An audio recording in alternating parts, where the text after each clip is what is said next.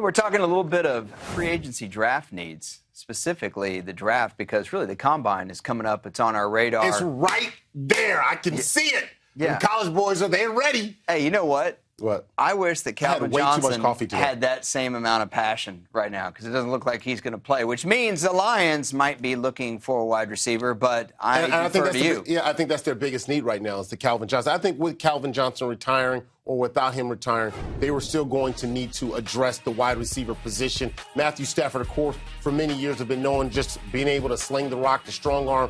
But when you look at that roster and you look at the fact that they have T.J. Jones, they've got Golden Tate. Those are the only two wide receivers with receptions on their roster.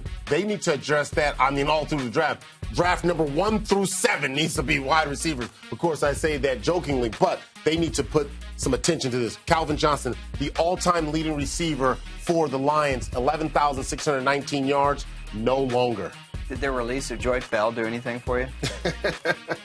That's a joy. I was just wondering. Chicago Bears are definitely need a pass rush, especially if those Lions do get their passing game on track or Calvin Johnson does come back. The Bears need to be able to get after Matt Stafford. They need to be able to get after Aaron Rodgers, and they need to be able to get after Teddy Bridgewater. It's not been something they've been good at.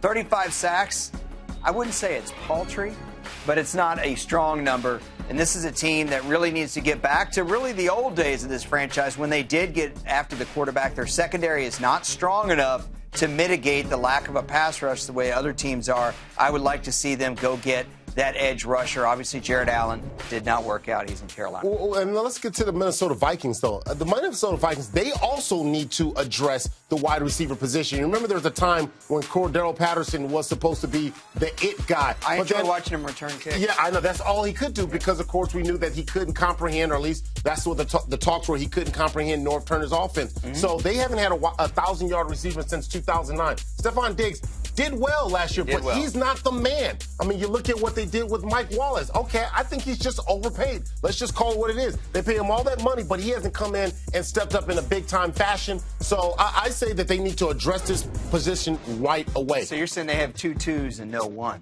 Right? 2 2s and no 1. Yeah, I got you. Let me tell you, big man, Green Bay Packers need one of those guys, a big man, in the middle. Sam Barrington got hurt last year. That was a guy that really provided for them back in 2014, and they really didn't have an answer other than to take a really good player to outside linebacker and move him inside, that being Clay Matthews.